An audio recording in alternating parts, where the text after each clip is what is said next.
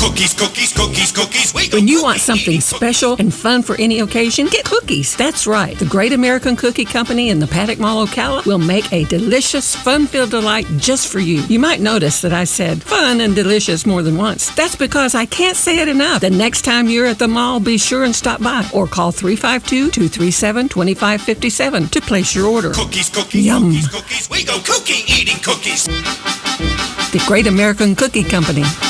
All right, 17 minutes after 11 o'clock. Thank you for tuning in this Wednesday morning. Years ago, Robin, you and I tried to help out the Muscular Dystrophy Association. We wrote and produced a play, and we had all children playing the parts in the play. It was a musical. We wrote the music and everything. We were so proud of it. Mm-hmm. The kids did such a great job. And we had to have a theater to put this on in, so we found a theater here in town, and actually it was at the college across the street, Central Florida Community College. And the understanding we had was that it was free.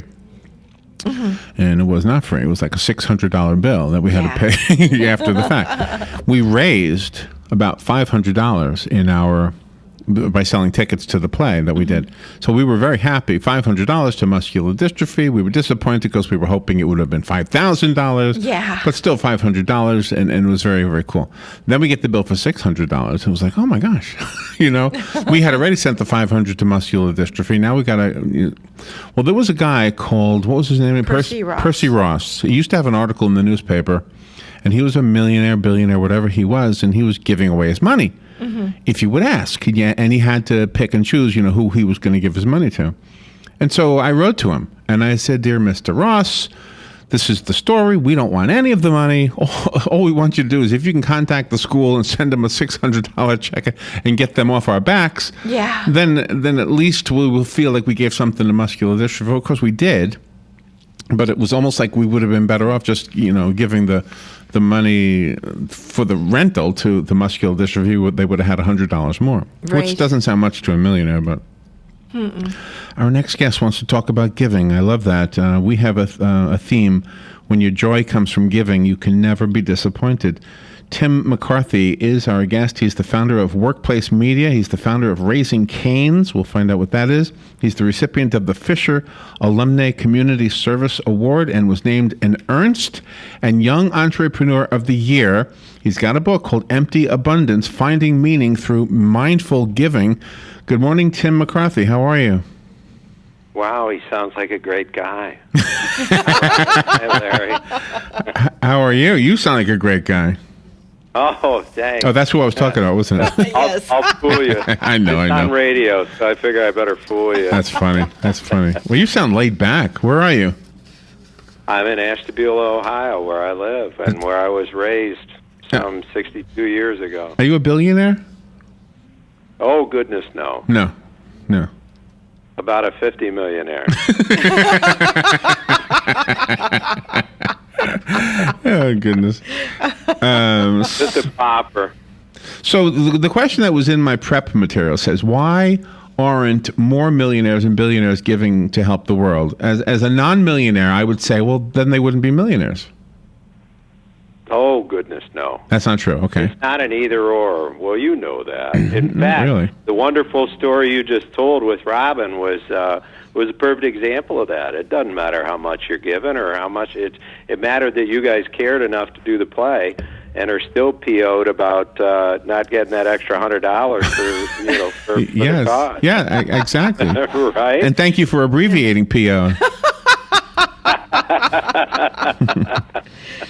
So it's friendly. So what is the book about? Does the book help us understand giving or what? Yes. Can I tell you something, Tim? Before we do this, I want to tell you something.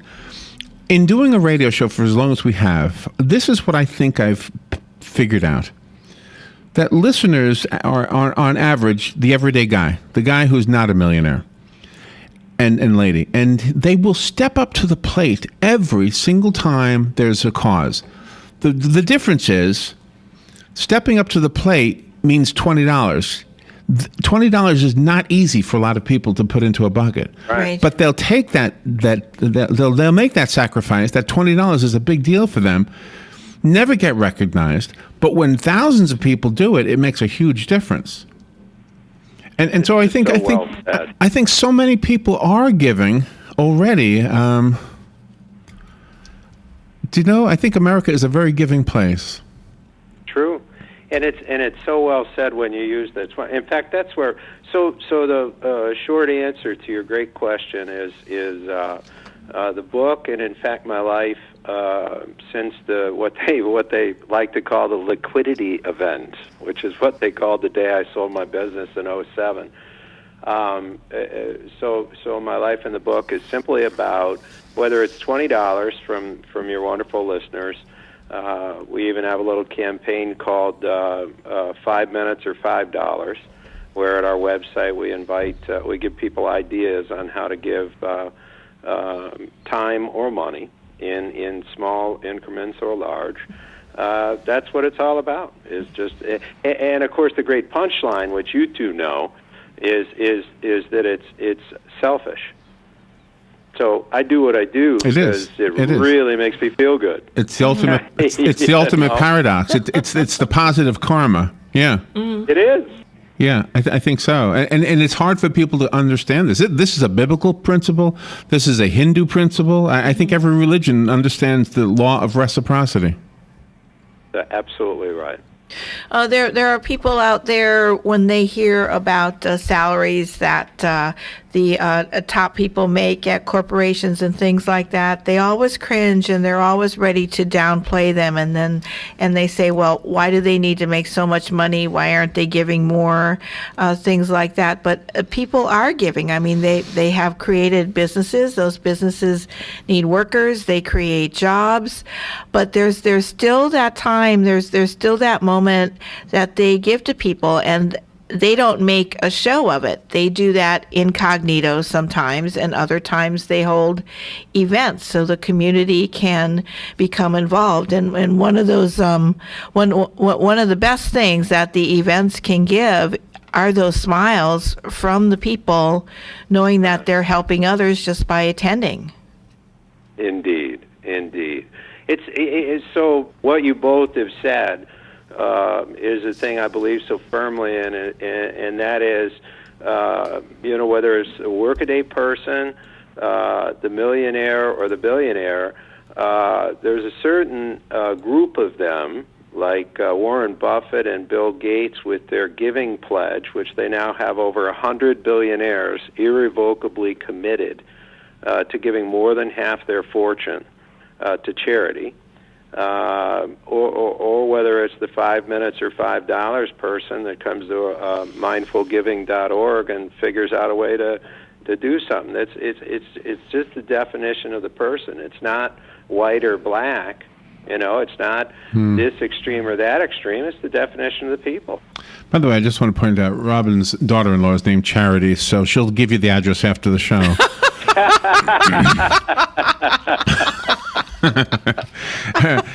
The check is in the mail, Giant.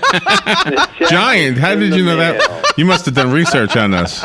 You must have done research on us. Yeah, and I'd love to hear some of your music. Empty Abundance is an interesting title. Because it is almost as if let's see, they always say at the end of your life you don't regret working less or working more, whatever.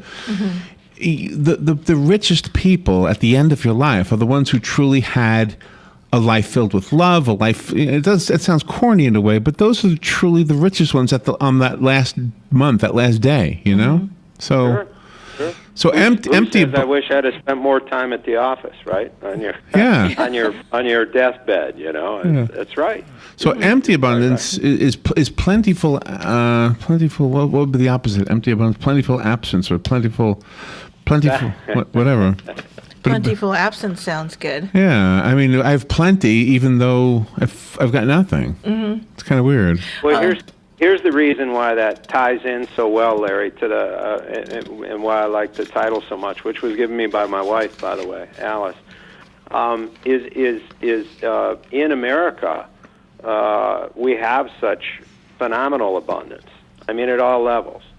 And where my struggle was, and that's what I wrote the book about, was my own journey and my own struggle was, even as the materials piled up, I still had an emptiness. In fact, depression.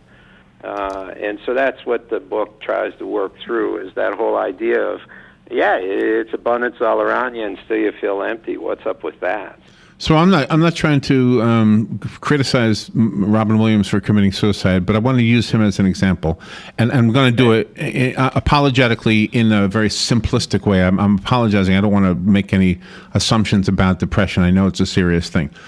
But let's just look at this for a second. The guy had a lot of money. He could have done a lot of good. Not saying he didn't, but anybody in that position, you were in that position, it sounds like, and you decided that, I mean, I'm sure as you went around town and you saw people who were really in need, you knew, I can help that person out. Right. Of course, you can't. Right. You can't help everybody out. You really can't help anybody out for the rest of their lives. All you can do is put a Band-Aid on it. No matter how much money you give that guy on the street, he's going to be back on the street if somehow he doesn't change his ways. But see, you're back to the punchline. The punchline is, by giving, we receive, just like you said in your opening. Yeah. And that's the fun. And the book and the website and all my little campaign to try to just encourage others to lovingly, mindfully give. Nothing special. Doesn't have to be big. Doesn't have to be little. Is to your point. It's you can't help everybody. Yeah, you're not going to get everything done. Yeah, you can't help them for the rest of your life, like you just said.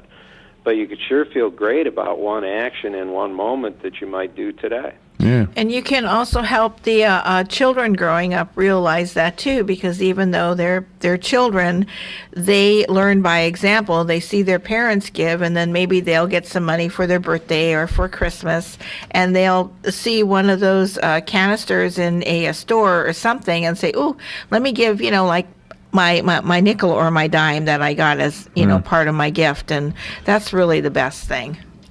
Oh.